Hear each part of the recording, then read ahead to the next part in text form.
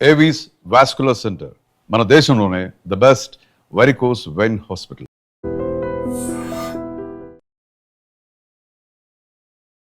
నమస్తే, welcome to I dream social spotlight with Kavitha.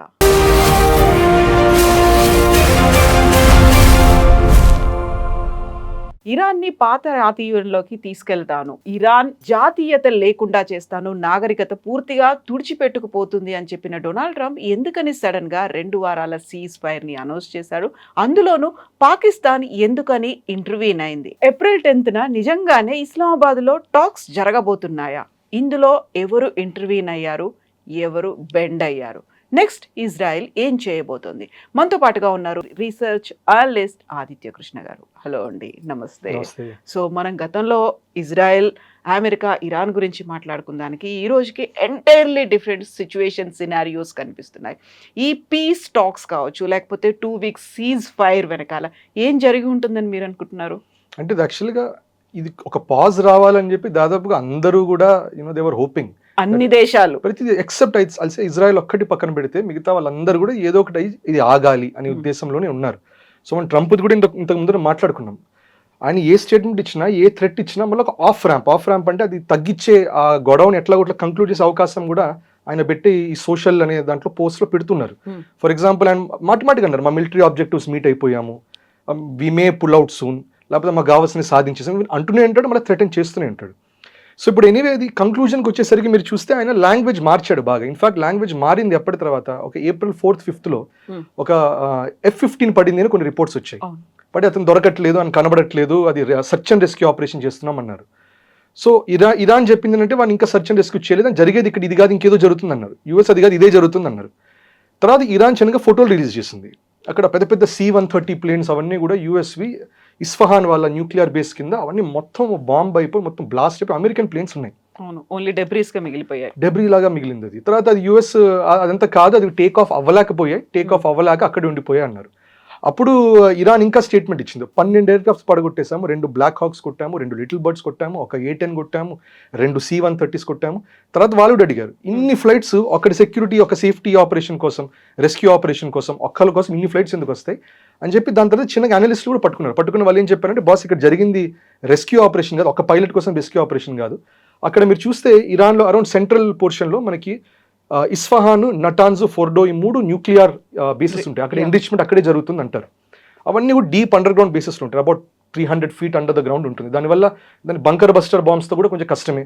So ఇంతకు ముందు కూడా ట్రంప్ అన్నాడు, దట్ డిప్లొమాటిక్గా మీరు యురేనియం సరెండర్ చేస్తే ఓకే, లేకపోతే మేము బలవంతంగా తీసుకుంటాం మాట అన్నాడు. సో ఇరాన్ ఏమందంటే ఇది బలవంతంగా తీసుకునే ప్రయత్నం జరిగింది. F-15 వాళ్ళు వచ్చి అక్కడ ఒక సర్వేలెన్స్ లాంటివి చేశారు, పడేశాము. తర్వాత వాళ్ళ ప్లాన్తో కంటిన్యూ అయ్యి వాళ్ళు ఈ బ్లాక్ హాక్స్, C-130 ఏంటంటే ఒక ప్రాపర్ పెద్ద ఫ్లైట్, దాంట్లో మొత్తం కార్గో అంతా లోడ్ చేయొచ్చు, ఒక 100 మంది ఆర్మీ మెన్ కూర్చోవచ్చు, దాని కార్గో అంతా లోడ్ చేసి రావచ్చు. సో ఇప్పుడు అందరూ అగ్రీ అయ్యేది, ఇన్ఫాక్ట్ ఇప్పుడు ఓపెన్ గా చెప్తున్నది ఏంటంటే అదొక ఫెయిల్డ్ యుఎస్ మిషన్ ఒకటి జరిగింది.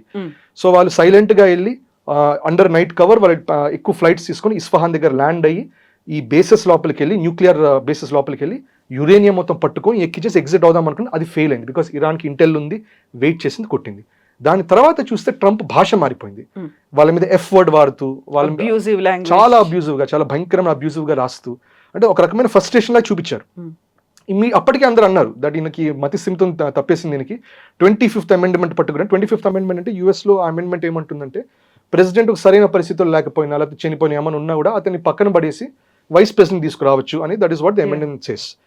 సార్ అఫ్ కోర్స్ అది ఎంతైనా కూడా ఇప్పుడు నిన్న ట్రంప్ అన్న మాట ఏంటంటే, యాక్చువల్గా ఇట్లాంటి మిషన్స్ చేద్దామని, బాంబింగ్స్ చేద్దామని, ఇవన్నీ కూడా JD Vance ఐడియా అని అన్నట్టు ఒక మాట అన్నాడు. అంటే నేను వెళ్ళిపోయినా JD Vance ఇదే చేసేవాడు, వైస్ ప్రెసిడెంట్ అదే చేసేవాడు అని. తర్వాత మీరు చెప్పిన స్టేట్మెంట్ ఇది, civilization will be finished, the whole civilization will be wiped out. అట్లా అందరూ న్యూక్లియర్ థ్రెట్గా భావించారు, కానీ వాళ్ళు తెలివిగా ఏమంటారు, మేము న్యూక్లియర్ అని అనలేదు, మేము జస్ట్ ఇది ఎలిమినేట్ చేస్తామన్నారు అని చెప్పి అదొక చాలా వైలెంట్గా వచ్చింది. అదే టైంకి 8 PM EST అంటే న్యూయార్క్ స్టాండర్డ్ టైంలో 8 PMకి జరగబోతుంది అటాక్ అన్నాడు. తర్వాత మీరు చూస్తే ఆ స్టేట్మెంట్ పెట్టిన కాసేపట్లో యూకే నుంచి ఒక B-52 బాంబర్ స్టార్ట్ అయింది. దాన్ని అందరూ ట్రాక్ చేశారు, చాలా మంది ఫ్లైట్ రేడార్ ట్రాకర్స్ ట్రాక్ చేశారు, అది వెళ్తూ ఉంది. సో ఎసెన్షియల్ ఆయన ఇచ్చిన థ్రెట్ పరంగా అందరూ ఎస్టిమేషన్ వేసుకున్నారు. సో ఆ B-52 బాంబర్ ఇరాన్ ఆ టైంకి చేరుతుంది, ఇవన్నీ జరుగుతుంది. అప్పుడు సడన్ గా మనం కూడా అనుకున్నాం, అంటే మనకు అప్పుడు అరౌండ్ 6 AM అవుతుంది అప్పుడు ఇండియన్ టైంలో. సో అట్లా అనుకునే టైంకి ఎసెన్షియల్లీ సడన్ గా వాళ్ళు ఏమన్నారు, కాదు ఒక సీజ్ ఫైర్ అగ్రిమెంట్ అనేది జరిగింది, అండ్ దీనికి మన షాబాజ్ షరీఫ్ గారు, ఆసిమ్ మునీర్ వీళ్ళే కలిసి మొత్తం చేశారు, ఇది పాకిస్తాన్ ఇస్ డూయింగ్ ఇట్ అన్నట్టు అన్నారు. ఇరాన్ ఫారిన్ మినిస్టర్ అబ్బాస్ అరగచి కూడా ఆయన ఏమన్నారు, ఆర్ బ్రదర్ షాబాజ్ షరీఫ్ ఇది చేశారు అని చెప్పి ఒక షబాషీ లాగా చెప్పారు. షాబాజ్ షరీఫ్ దగ్గర మీరు చూస్తే నీట్గా ఒక ట్వీట్ పెట్టారు. ఫస్ట్ ఏం పెట్టారంటే draft message for Pakistan prime minister పెట్టారు, తర్వాత ఎడిట్ చేసి డిలీట్ చేశారు. ఇది మిస్టేక్ గా జరిగిందా, కావాలని డెలిబరేట్ గా అది పెట్టారా మనం చెప్పలేం, రైట్? బట్ ఎసెన్షియలీ మనకేం తెలుసు అంటే ఇక్కడ పాకిస్తాన్ ఒక్కటే కాదు, ఇప్పుడు మనం పాకిస్తాన్ సీజ్ ఫైర్ చేసింది అంటున్నాం కానీ దాని ముందు టర్కీ చేయడానికి ట్రై చేస్తుంది అన్నారు, ఖతార్ చేయడానికి ట్రై చేస్తుంది అన్నారు, ఈజిప్ట్ అన్నారు, తర్వాత యూరోపియన్ నేషన్స్ ట్రై చేస్తుంది అన్నారు. దీంట్లో end of the day Pakistan got the say. దీంట్లో అంటారు why don't India do mediations అంటారు. ఇప్పుడు ఒకటి ఏంటంటే, ఇప్పుడు కొంతమంది అనలిస్టులు అన్నారు ఇండియా చేయొచ్చు కదా, రష్యా యూక్రెయిన్లో ట్రై చేసింది కదా, వై నాట్ హియర్ అని. మనం ఆఫర్ చేస్తే సరిపోదండి, వాళ్ళు ఒప్పుకోవాలి, రైట్? సో ఇప్పుడు ఇక్కడ ఏంటంటే US why will US accept India? India వచ్చి మీడియేట్ చేయడానికి US will not accept. US will say మీ దక్కర్ల మీడియేషన్ మాది మేము చూసుకుంటాం. ఎందుకంటుంది ఇది? ఎందుకంటే ఆపరేషన్ సింధూర్ అప్పుడు యుఎస్ చెప్పింది మేము మీడియేట్ చేస్తామంటే ఇట్స్ బైలేటరల్, మీరు ఇన్వాల్వ్ అవ్వకండి అని చెప్పాం. సో మన మాట మీద మనం నిలబడాలి. So when we're saying Kashmir విషయంలోను రెస్ట్ ఆఫ్ ఇండియన్ వార్స్లోను బయట వాళ్ళు ఇన్వాల్వ్ అవ్వకండి, మేము ఇంటర్నల్గా చేసుకుంటాం అన్నప్పుడు మరి we can't go outside and say మేము మీడియేట్ చేస్తాం, ఎట్లా చెప్తారు మీరు? పాకిస్తాన్ అప్పుడు మీరు గుర్తుంటే ఆపరేషన్ సింధూర్ అప్పుడు అంది we request others to come and help us out, mediate చేయండి ఆపండి అని. అట్లా అన్నప్పుడు వాళ్ళు చెప్తే తప్పులేదు, వాళ్ళు they are going and saying will mediate, it's okay. ఇంకోటి ఇంపార్టెంట్ ఆస్పెక్ట్ గుర్తుపెట్టుకోవాల్సింది ఏంటంటే పాకిస్తాన్ ఏది యూనిలేటర్గా చేయదు, అమెరికా పాకిస్తాన్కి చెప్పి చేయిస్తుంది ఏదున్నా కూడా. ఇంతకు ముందర బ్రిటన్ వాళ్ళు కూడా పాకిస్తాన్ చెప్పే చేయించారు. గిల్గిట్ బాల్టిస్తాన్ రేంజ్ తీసుకున్నప్పుడు కూడా అది పాకిస్తాన్ సొంత తెలివితేటలు కాదు. జనరల్ బ్రౌన్ వచ్చి అక్కడ ఏదో ఎక్సెషన్ ఏదో జరుగుతుంది, రాజా హరిసింగ్ జరుగుతుంది, మీరు ఇమ్మీడియట్గా వెళ్ళి ఇది కబ్జా చేయండి అని చెప్పి గిల్గిట్ బాల్టిస్తాన్ బలవంతంగా బ్రిటిష్ జనరల్ చెప్పడం వల్ల తీసుకున్నారు ఇది. సో దాని తర్వాత కూడా మీరు చూస్తే ఎవ్రీ స్టెప్ ఆఫ్ పాకిస్తాన్ వాళ్ళకి లోన్స్ రావాలన్నా, ఐఎంఎఫ్ లోన్ రావాలన్నా, వరల్డ్ బ్యాంక్ లోన్ రావాలన్నా, మొన్న 1996లో యుఏఈ ఇచ్చిన $3.5 బిలియన్ లోన్ అయినా, ఇవన్నీ ఒక విధంగా యుఎస్కి వాళ్ళు క్యాటర్ చేయడం వల్ల యుఎస్ వాళ్ళకి పర్మిషన్ లాగా ఇస్తూ ఉంటుంది. So Pakistan has no choice, US చెప్పింది మీరు చేయాలి. సో ఇప్పుడు మీడియేషన్ జరిగేటప్పుడు ఉన్న దేశాలన్నింటిలో ఎవరు who can mediate? Russia mediate చేయగలదా? నో, ఎందుకంటే రష్యా ఇస్ ఉంది, అదర్ సైడ్ ఇరాన్ సైడ్ ఉంది. చైనా మీడియేట్ చేయగలదా? నో. సో అట్లా ఇప్పుడు మనకి ఇరాన్ పైన ఇవి కూడా ఉన్నాయి, అజర్బైజాన్ కూడా ఉంది, మీకు అర్మేనియా కూడా ఉంది, ఆఫ్ఘనిస్తాన్ కూడా ఉంది, ఇవన్నీ ఉన్నాయి. But every country in this war will prefer Pakistan, ఎందుకంటే ఇరాన్ పక్కనే పాకిస్తాన్ ఉంది, ఇరాన్లో ఎటువంటి ఇష్యూ ఉన్నా కూడా పాకిస్తాన్ ఫేస్ చేయాలి. ఇంకోటి చైనాకి very close friend Pakistan, China Iran support చేస్తుంది. సో ఒక మీడియేషన్లో ఇప్పుడు ఇండియా రావాలంటే చైనా ఎందుకు ఒప్పుకుంటుంది? China is not going to accept, Pakistan పెట్టండి అంటుంది. అట్లాగే యూఎస్ కూడా పాకిస్తాన్ పెట్టండి అంటుంది. So end of the day Pakistan ఇక్కడ ఒక మిడిల్ గ్రౌండ్లో ఉంది. బట్ ఇది ఒక డిప్లొమాటిక్ సక్సెస్ లాగా చూడడానికి లేదు, ఇది ఒక స్ట్రాటజీ ప్రకారమే జరిగిందా? స్ట్రాటజీ అనడానికి లేదు, ఎందుకంటే మీరు చూడండి ఇక్కడ wins and gains and losses రెండు ఉంటాయి. లాస్ ఎక్కడ ఉందంటే UAE is very very upset with Pakistan. Multiple statements పెట్టింది దట్ నువ్వు రాసిందంతా ఇజ్రాయిల్, ఇరాన్, యుఎస్ గురించి రాసావు, కానీ మా యుఏఈ మీద అన్నిటికంటే ఎక్కువ దాడులు జరిగింది మా మీద, ఇజ్రాయెల్ మీద కాదు. మోస్ట్ నెంబర్ ఆఫ్ మిజైల్స్ అయినా డ్రోన్స్ అయినా యుఏఈ మీద జరిగింది. యుఏఈ గురించి ఒక స్టేట్మెంట్ చెప్పలేదు నువ్వు. సౌదీ అరేబియా అడుగుతుంది, మన ఇద్దరి మధ్య డిఫెన్స్ ప్యాక్ట్ ఉంది, నువ్వు ఇన్వాల్వ్ అవ్వాలంటే వాళ్ళు ఇన్వాల్వ్ అవ్వకుండా వాళ్ళు ఇక్కడ మీడియేషన్లోకి వెళ్ళారు. కానీ సౌదీతో ప్యాక్ట్ ఏంటి? మీ మీద యుద్ధం జరిగితే మేము రావాలి, మా మీద యుద్ధం జరిగితే మీరు రావాలి. మరి అది వైలేట్ చేసింది. So Saudi Arabia is also upset. So essentially west ఏషియాలో కొద్దో గొప్ప పాకిస్తాన్ కొంచెం స్టాండింగ్ ఉండేది, ఆ స్టాండింగ్ అనేది చాలా మటుకు బ్రేక్ అయింది. బట్ యాజ్ యూజువల్ ఇప్పుడు మనం అనుకుంటాం Pakistan how did it beat India and mediation అని ఇన్ టర్మ్స్ ఆఫ్ యుఎస్, కానీ హిస్టారికల్గా ఎప్పుడు చూసినా కూడా US is always on Pakistan side, US was never on India side. Doesn't matter NDA UPA does not matter. Indira Gandhi టైంలో కూడా యుఎస్ మనకు హాని కలిగించే ప్రయత్నం చేసింది. ఇప్పుడు ఎన్డీఏ టైంలో కూడా ఒకవైపు సరే వాళ్ళు కొంచెం ఎకానమికల్గా హెల్ప్ చేసినా కూడా ఇప్పుడు మాథ్యూ వాన్ డైక్ అని పట్టారు నార్త్ ఈస్ట్ ఇండియాలో. So he's coming to destabilize అక్కడ నార్త్ ఈస్ట్ ఇండియాని విడదీసే ప్రయత్నాలు జరుగుతున్నాయి. అమెరికన్ బాప్టిస్ట్ చర్చ్ చాలా evangelical movements for separatism push చేస్తున్నారు అక్కడ. సో అట్లాగే మీరు చూస్తే మనకి ఇక్కడ ఈ కుడన్కులం పవర్ ప్లాంట్ అవి చేసేటప్పుడు జరిగిన ప్రొటెస్ట్ చాలా ఫండింగ్, సిఐఏ ఫండింగ్ వచ్చిందని ప్రూవ్ అయింది అక్కడ. ఇక్కడ చైనా మనకి చేయలేదు ఇది బ్రేకింగ్. చైనా వేరే విధాలుగా చేస్తుంటుంది మావోయిస్ట్ మూవ్మెంట్స్తో, కానీ భారత్కు ఉండే ఇంటెగ్రిటీని యుఎస్ చాలా బ్రేక్ చేసే ప్రయత్నాలు చేసింది. సో ఇవన్నీ దృష్టిలో పెట్టుకుంటే యుఎస్ అసెట్స్ లాగా వాడుకుంటుంది పాకిస్తాన్ అని ఇండియాని. India to balance China, Pakistan to balance India and Iran అట్లా వాడుకుంటుంది. సో ప్రస్తుతానికి పాకిస్తాన్ ఇస్ డెస్పరేట్, వాళ్ళకి ఆయిల్ లేదు, economically they are crippled. So US చెప్పినట్టు చేయాలి. It's a great opportunity to show that డిప్లొమాటిక్గా ఇట్స్ అ విన్ అని. In a way US ensured that Pakistan wins. So Pakistan అంటే అక్కడ ఉన్నటువంటి రిసోర్సెస్ కావచ్చు, వీటన్నిటికీ ఎక్కువ ఫండింగ్ కావచ్చు, సపోర్ట్ ఫ్రమ్ యుఎస్ నుంచే వస్తుంది, అందులో డొనాల్డ్ ట్రంప్కి సంబంధించినటువంటి ఎక్కువ పెట్టుబడులు అనేవి పాకిస్తాన్లోనే ఉన్నాయి కాబట్టి ఒక అనివార్యమైనటువంటి పరిస్థితి కూడా క్రియేట్ అయింది, అందుకని ఇంటర్వ్యూన్ అవ్వాల్సినటువంటి సిచ్యువేషన్ వచ్చింది అని. అంటే ట్రంప్ ఇన్వెస్ట్మెంట్ ఆయనకి అన్ని చోట్ల ఉన్నాయండి. ఆయనకి ఇండియాలో కూడా ఇన్వెస్ట్మెంట్ల వైపు వెళ్తూనే ఉన్నాడు, ఆయన ప్రాక్సీస్ చేస్తున్నాయి, చైనాలోనే ఆయనకి ఇన్వెస్ట్మెంట్స్ ఉన్నాయి. సో అక్రాస్ ద వరల్డ్ ఆయనకి ఇన్వెస్ట్మెంట్స్ ఉంది. సో మోర్ దెన్ ఇన్వెస్ట్మెంట్ ఇక్కడ ఏమవుతుందంటే అనుకూలంగా ఉంది. ఎందుకంటే Iran war is actually US versus China war. అది యూఎస్ వర్సెస్ ఇరాన్ కాదు, అది Israel versus Iran, US versus China అది బ్యాటిల్. యూఎస్ కి చైనాకి ఇద్దరి మాట వినే దేశం ఏది? That is only Pakistan. India China మాట వినదు, యూఎస్ ది వింటున్నట్టు వింటుంది, కానీ అట్ ద సేమ్ టైం మీరు మా అఫేర్స్ ఇన్వాల్వ్ అవ్వకండి అంటుంది.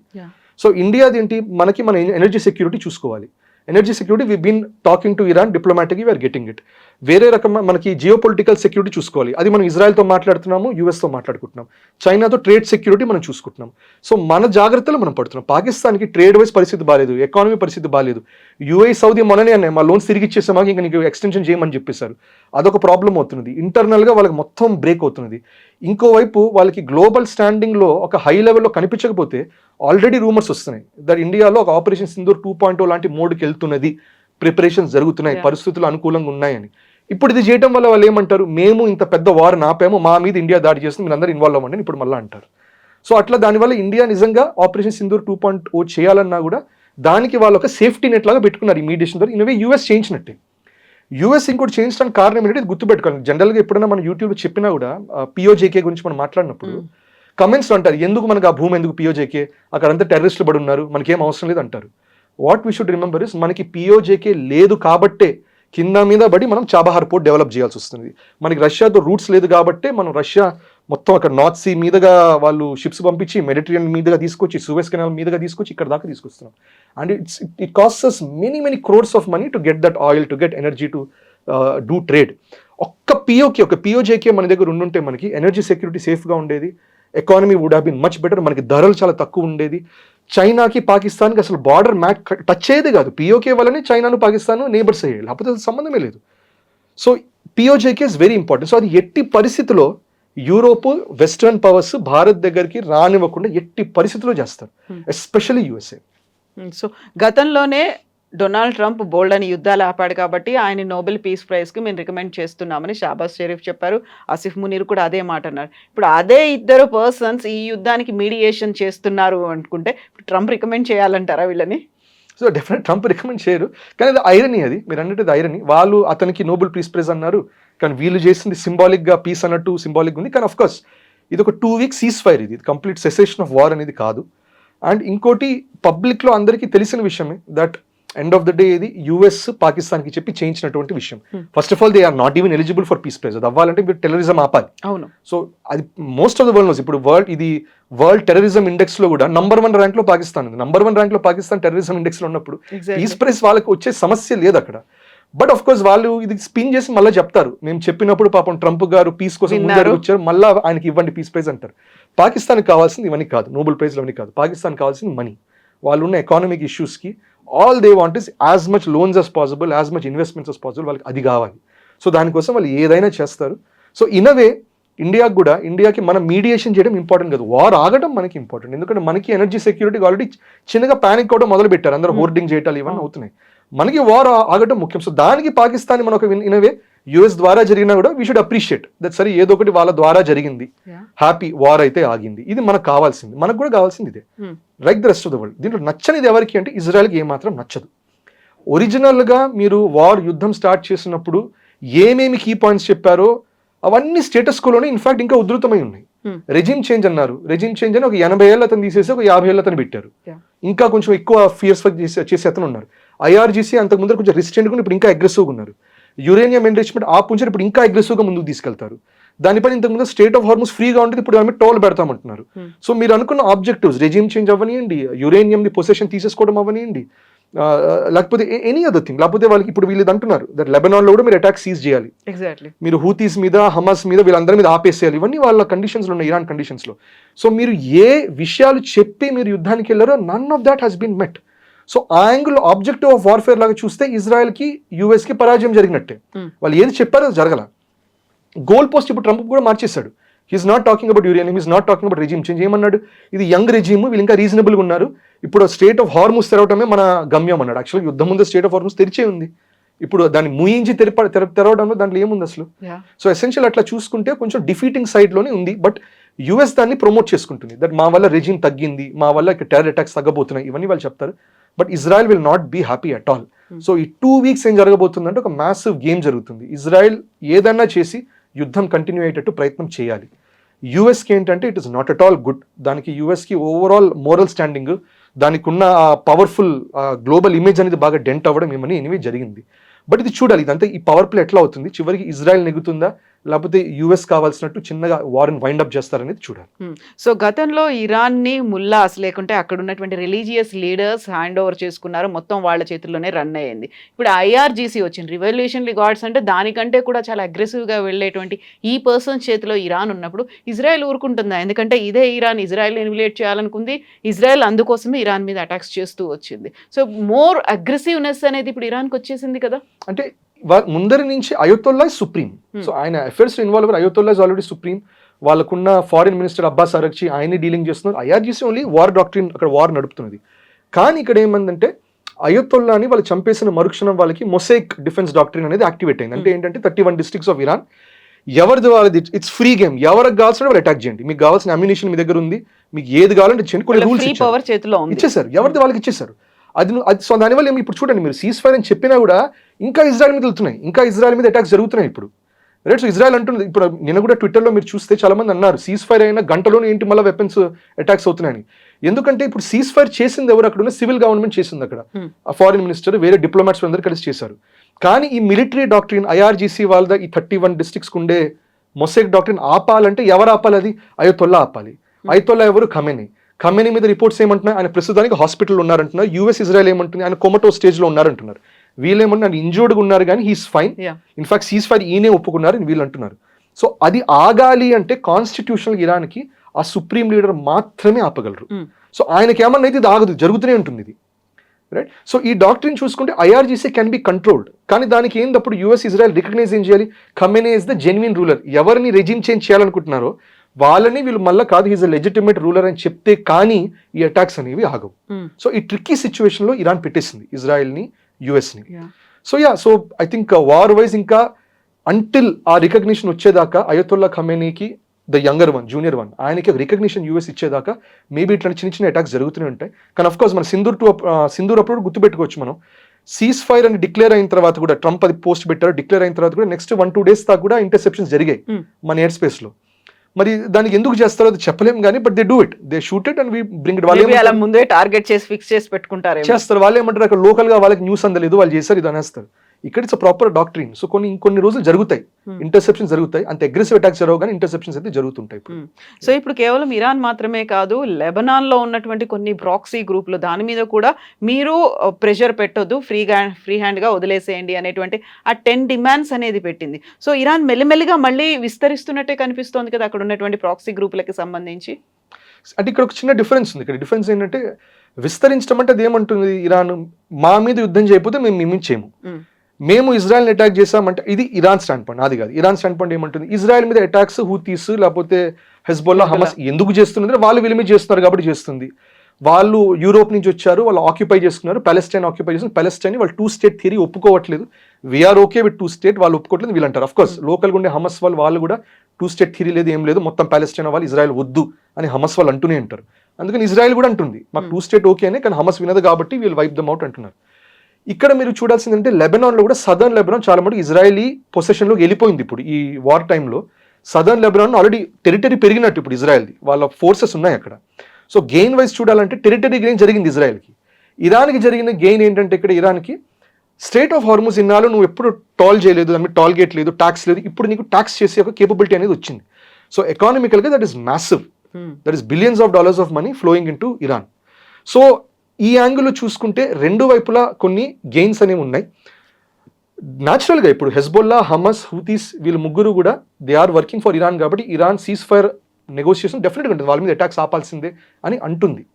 So Israel that's why it may not like, US prefer చేస్తుంది కానీ ఇజ్రాయెల్ ఏమంటుంది వీ కెనాట్ యాక్సెప్ట్, ఎందుకంటే వాళ్ళు ఉన్నంత కాలం మాకు సివిలైజేషన్ థ్రెట్ కదా అని ఆ బాధ ఉంటుంది. సో ఇప్పుడు కాకపోయినా 20, 30, 40 years తర్వాత మళ్ళీ రైజ్ అవ్వచ్చు కదా, ఆ యాంగిల్లో ఆలోచిస్తారు ఇజ్రాయెల్ వాళ్ళు. సో ఇది ఉంటుంది, this is going to be there. But I think end of the day cease fire అవ్వాలంటే మరి అన్ని హాస్టిలిటీస్ అయితే ప్రస్తుతానికి అయితే తగ్గాలి. కానీ తగ్గినా కూడా నాకు అనిపిస్తుంది ఏంటంటే ఇజ్రాయెల్ ఇరాన్ స్లోగా ఇంకా వాళ్ళు బిల్డప్ చేసుకుని వీళ్ళు ఇంకా యురేనియం ఎన్రిచ్మెంట్ ఇంకా స్పీడప్ చేసుకుంటారు. ఎందుకంటే దే రిఫ్యూజ్డ్, మేము ఐఏఏ వాళ్ళ సేఫ్ గార్డ్స్ ఒప్పుకోము, వాళ్ళ ఇన్స్పెక్షన్స్ ఒప్పుకోమని స్పష్టంగా చెప్తున్నారు. In fact end of the day బలవంతంగా పెట్టినా కూడా వాళ్ళు కోవర్ట్గా నడుపుతారు. ఎందుకంటే ఇప్పుడు అర్థమైంది ఇంత మ్యాసివ్ థ్రెట్ జరిగింది. సో ఇజ్రాయెల్ కూడా దానివల్ల వాళ్ళు చేయాల్సిన కోవర్ట్ ఆపరేషన్స్ చేసుకుంటూనే ఉంటారు, కోవర్ట్గా వాళ్ళు ఎవరెవరిని టార్గెట్ చేయాలో చేసుకుంటూనే ఉంటారు. సో జరుగుతూనే ఉంటుంది అది. సో ఇప్పుడు న్యూక్లియర్ ప్లాంట్లకి సంబంధించి ఇరాన్లో ఉన్నటువంటి యురేనియం ఎన్రిచ్మెంట్ దాని మీద కూడా ఫోకస్ పెట్టడమే కాదు, కంట్రోల్ చేద్దాం, వీలైతే అక్కడ నుంచి మేమే తీసుకెళ్ళి ఒక సేఫ్ ప్లేస్లో పెడతాము అనే కాన్సెప్ట్ డొనాల్డ్ ట్రంప్ దగ్గర, అమెరికా దగ్గర ఉండింది. ఇప్పుడు అది వదిలేసింది, ఫ్రీ హ్యాండ్గా వదిలేసింది. ఇప్పుడు Iran they can take care of their nuclear plants అన్నట్టుగా ఉంది కదా. ఎందుకని న్యూక్లియర్ ప్లాంట్స్ మీద అమెరికా అలాంటి ఒత్తిడి పెడుతుంది, మా చేతుల్లోనే ఉండాలి, మేమే వాటిని చూడాలి అనేటువంటి కాన్సెప్ట్? సో ఇక్కడ రెండు విషయాలు, ఒకటి యుఎస్ ఇచ్చిన 15 పాయింట్స్, ఇరాన్ 10 పాయింట్స్ ఇచ్చింది. యుఎస్ ఇచ్చిన 15 పాయింట్స్ ఇది కూడా ఉంది. మీకున్న యురేనియం మొత్తం మీరు ఐఏఏ అంటే ఇంటర్నేషనల్ అటామిక్ ఏజెన్సీ దగ్గర, అటామిక్ ఎనర్జీ ఏజెన్సీ దగ్గర మీరు డిపాజిట్ చేయండి, లేకపోతే వాళ్ళు వచ్చి ఇన్స్పెక్ట్ చేయాలి, వాళ్ళ వాచ్ కిందనే ఉండాలని చెప్పి వాళ్ళు అంటుంది. Iran is not accepting. Concern ఏమిటి అంటే మనకి ఇస్ఫహాన్, ఫోర్డో, నటాన్స్ ఈ 3 ఏది ఉన్నాయో అక్కడ యురేనియం ఇంకా రిఫైన్ చేస్తున్నారు, వెపన్స్ గ్రేడ్ చేస్తున్నారు అంటున్నారు. Right, and most it is confirmed also, ఎందుకంటే వాళ్ళు అన్నారు 2 వీక్స్ పడుతుంది మాకు అంతే అన్నారు. ఇప్పుడు మీరు కొంచెం సౌత్ ఆఫ్ ఇరాన్కి వస్తే కొంచెం కువైట్కి ఎదురుగా బుషెహర్ అని ఒక ఏరియా ఉంది, అక్కడ పవర్ ప్లాంట్ ఉంది. అది న్యూక్లియర్ పవర్ ప్లాంట్, యురేనియం మీద నడుస్తుంది. యురేనియం గురించి మనం ఏం అర్థం చేసుకోవాలంటే యురేనియం ఓర్, అది ఇరాన్ ఇప్పుడు భారత్ లాగా ఇప్పుడు మనం ఇండియా ఏం చేస్తున్నామంటే యురేనియం మన దగ్గర స్మాల్ డిపాజిట్స్ ఉన్న జార్ఖండ్లో ఉంది, కొంచెం ఆంధ్రాలో ఉంది. మనం ఎక్కువ శాతం కజాకిస్తాన్ నుంచి, కెనడా నుంచి, ఆస్ట్రేలియా నుంచి ఇంపోర్ట్ చేసుకుంటుంటాం.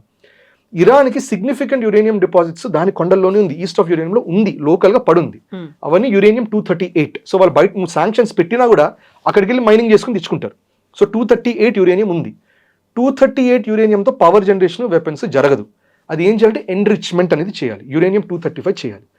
సో జనరల్గా ఏంటంటే ఒక 1-2 ఇయర్స్ ఒక సెంట్రిఫ్యూజ్లో పడేసి యురేనియం పెట్టి అది రొటేట్ చేసి దాంట్లో U235 ఎక్స్ట్రాక్ట్ చేస్తారు. 3% అంటే ప్రస్తుతానికి యురేనియం 238లో అంటే రాగా దొరికే యురేనియంలో ఎనర్జీ తయారు చేసే యురేనియం అది మనకి 0.7% ఉంటుంది. అది రిఫైన్ చేసి ఎన్రిచ్ చేసినప్పుడు చిన్నగా 0.7 పెరిగి ఆ రా మెటీరియల్లో 3% U235 అవుతుంది.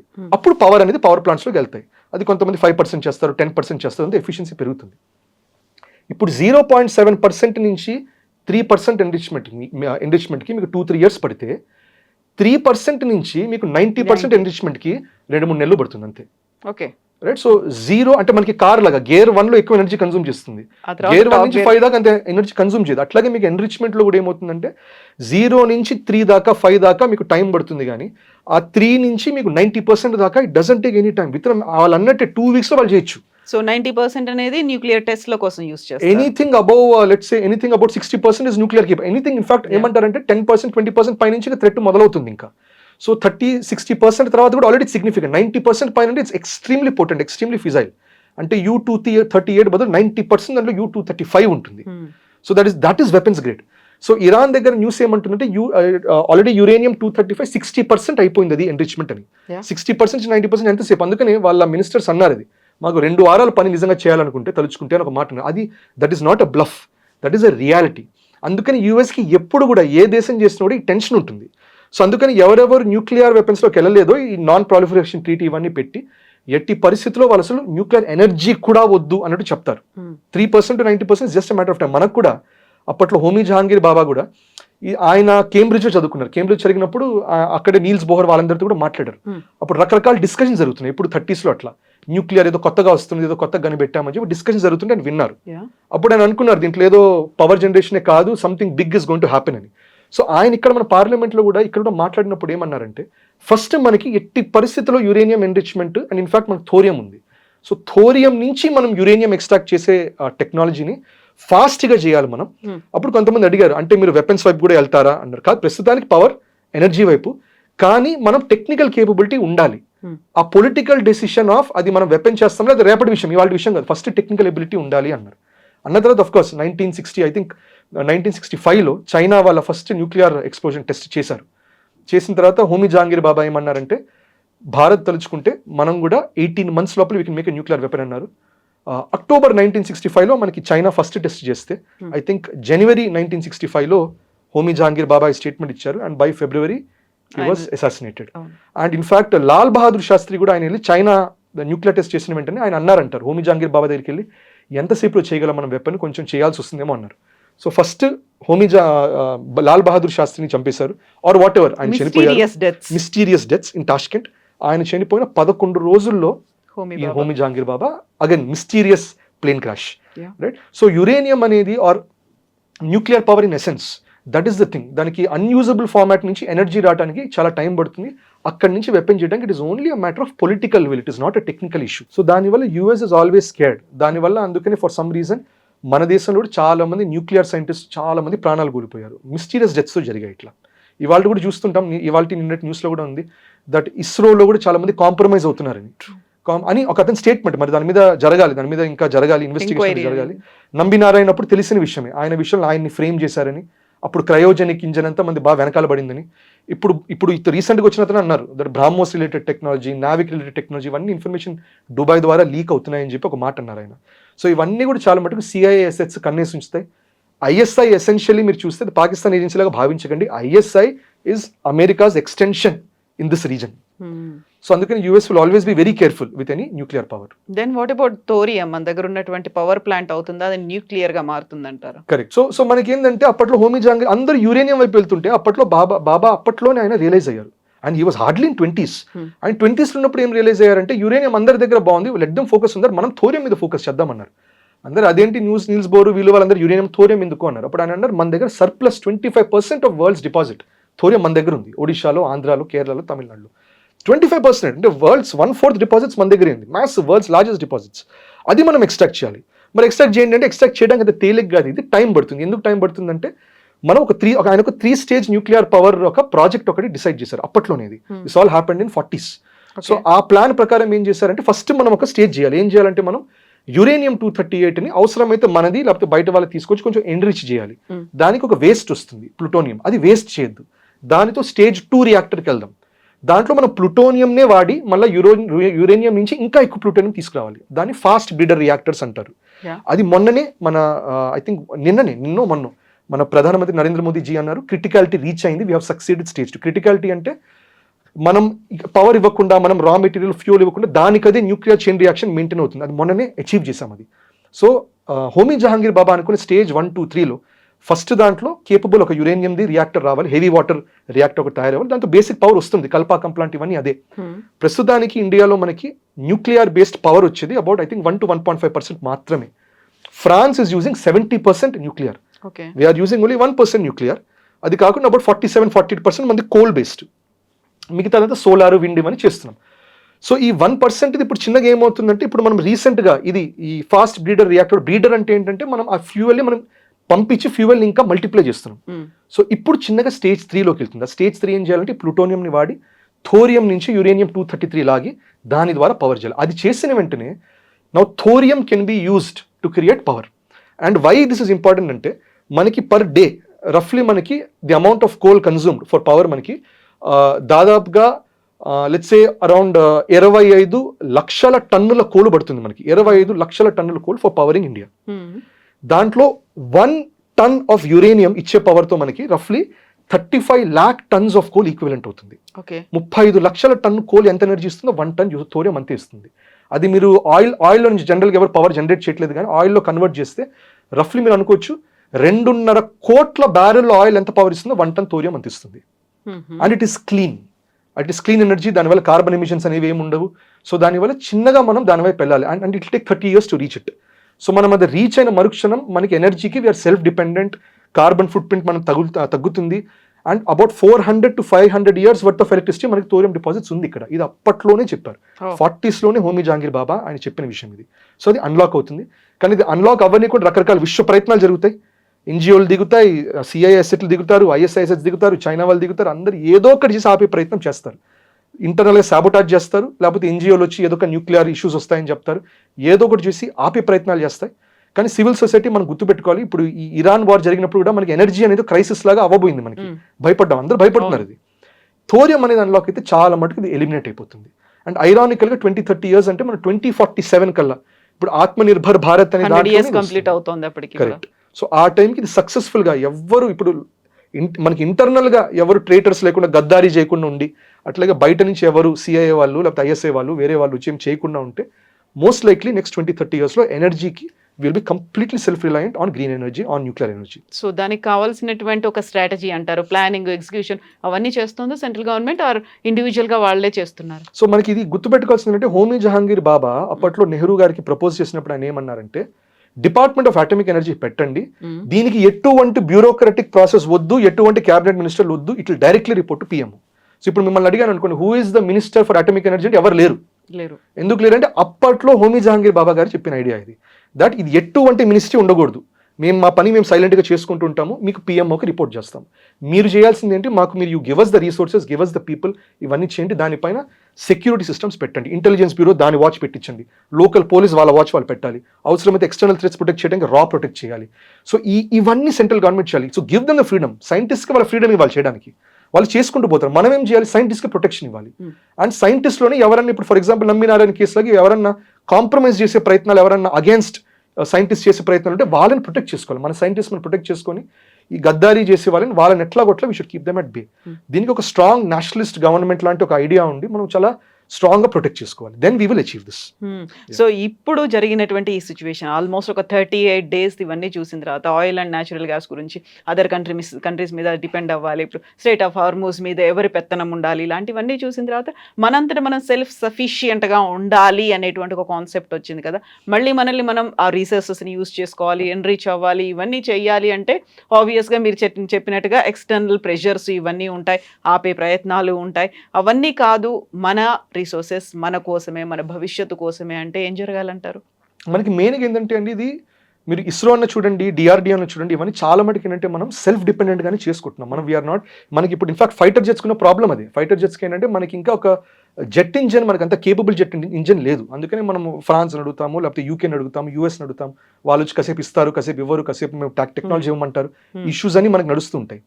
సో మనం ఇక్కడ మీరు ఈ విషయం న్యూక్లియర్ రియాక్టర్స్లో న్యూక్లియర్ టెక్నాలజీ మీరు చూసుకుంటే దాంట్లో India is the only country that వేరే వాళ్ళ టెక్నాలజీలు వాడకుండా, మా అయితే బేసిక్ ఇన్ఫర్మేషన్ ఉంటుంది కానీ సొంతగా బిల్ట్ చేసాం. In fact indigenous. ఇప్పుడు మనకి ఈ న్యూక్లియర్ రియాక్టర్ కూడా, మనకి ఫాస్ట్ బ్రీడర్ రియాక్టర్ మనకు తయారైనా కూడా దానికి 200 కంపెనీలు ఇన్వాల్వ్ అయ్యాయి, అవన్నీ అండ్ ఇన్స్టిట్యూషన్స్, అవన్నీ కూడా every single institution is Indian.